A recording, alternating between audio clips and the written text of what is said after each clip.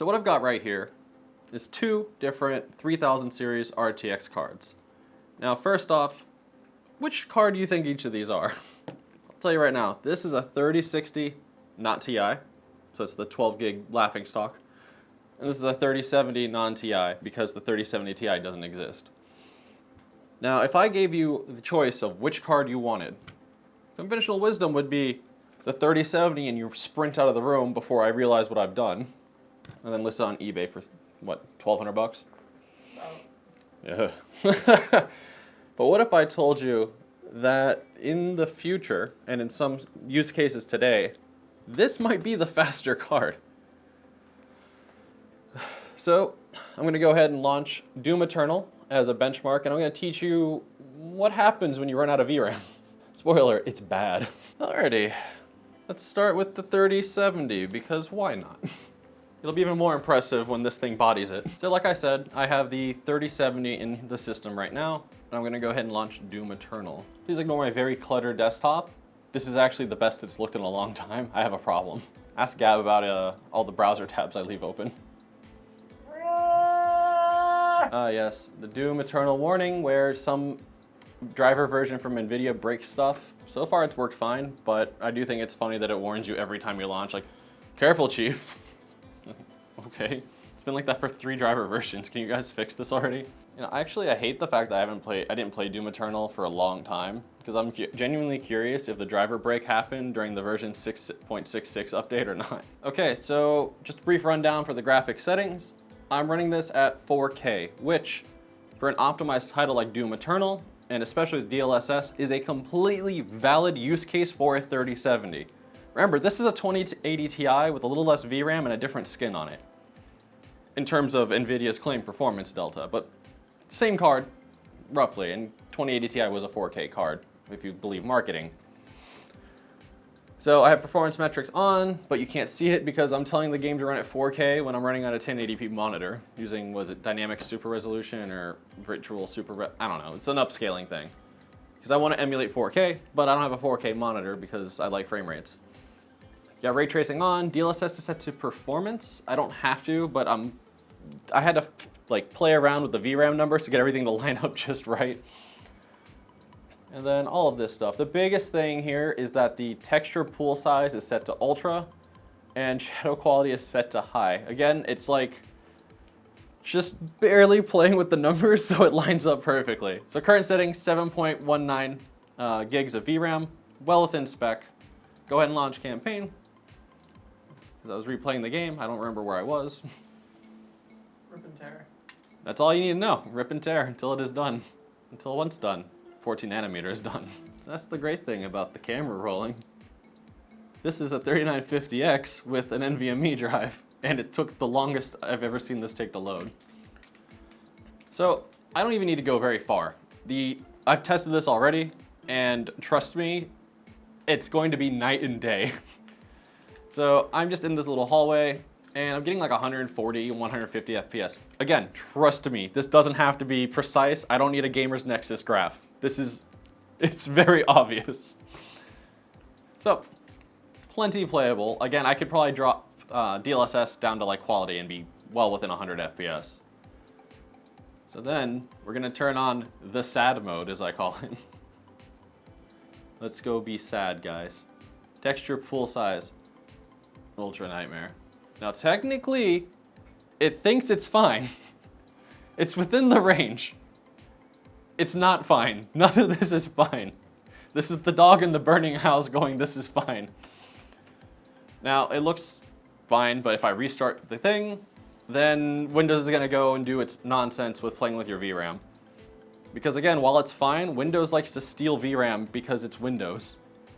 And that's actually why we had a weird number in our, Cyberpunk in main Jaro video. It's just VRAM. Always has been. I think it's gonna be sad as soon as we enter the menu. I could be wrong on that, but I think it does just immediately just get really sad.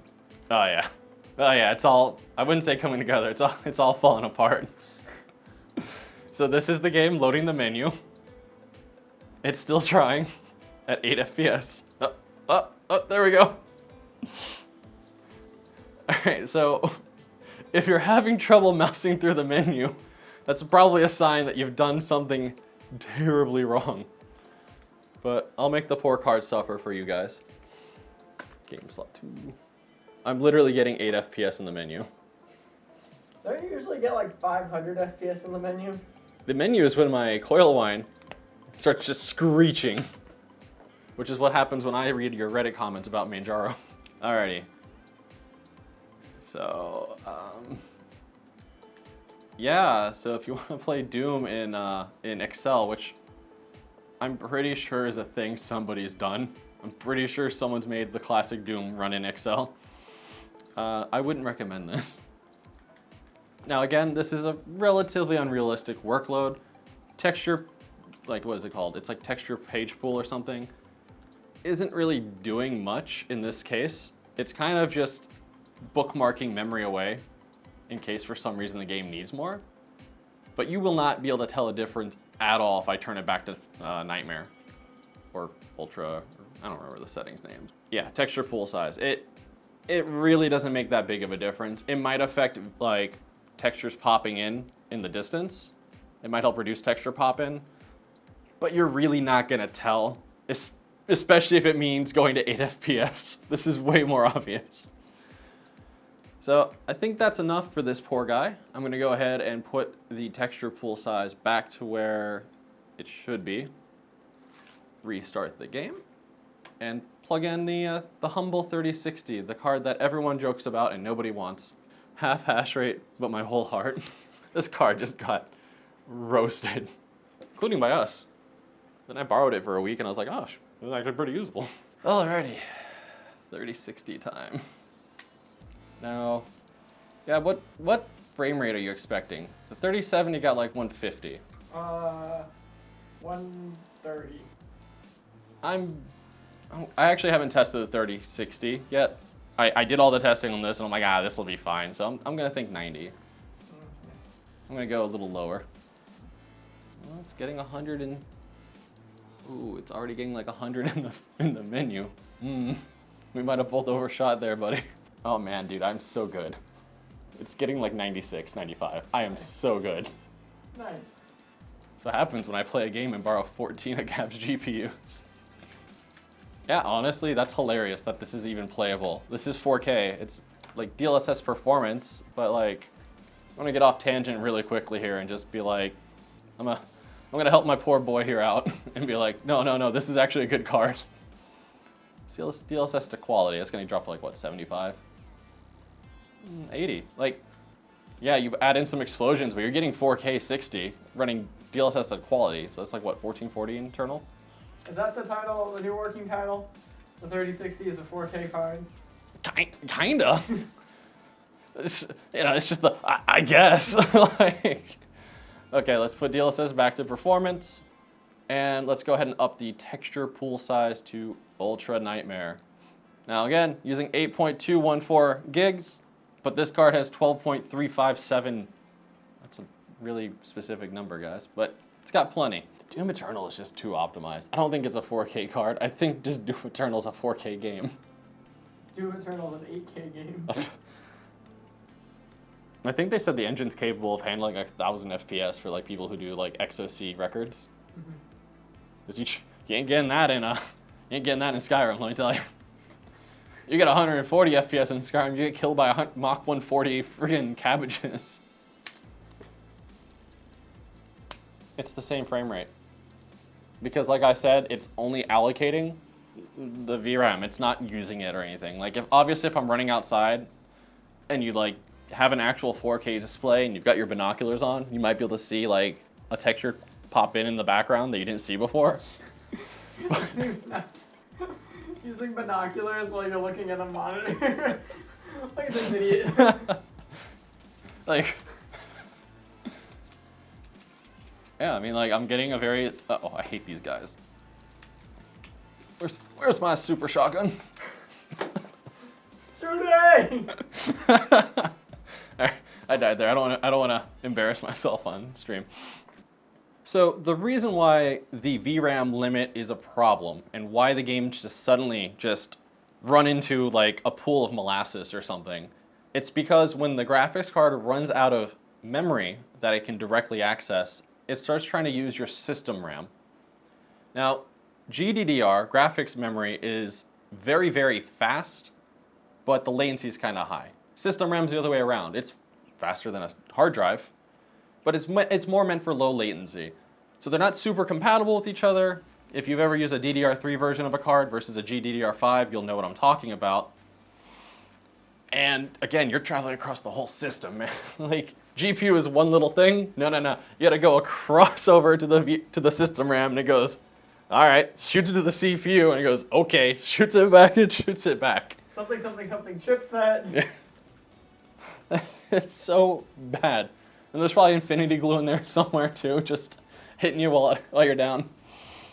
So it's really, really rough when you run out of VRAM. If you've ever had an older computer and you run out of system RAM and it starts doing like virtual memory where it's pulling off your hard drive, and you had a hard drive, like spinning rust hard drive, one of these, and not one of these, you know what I'm talking about. It's a bad time.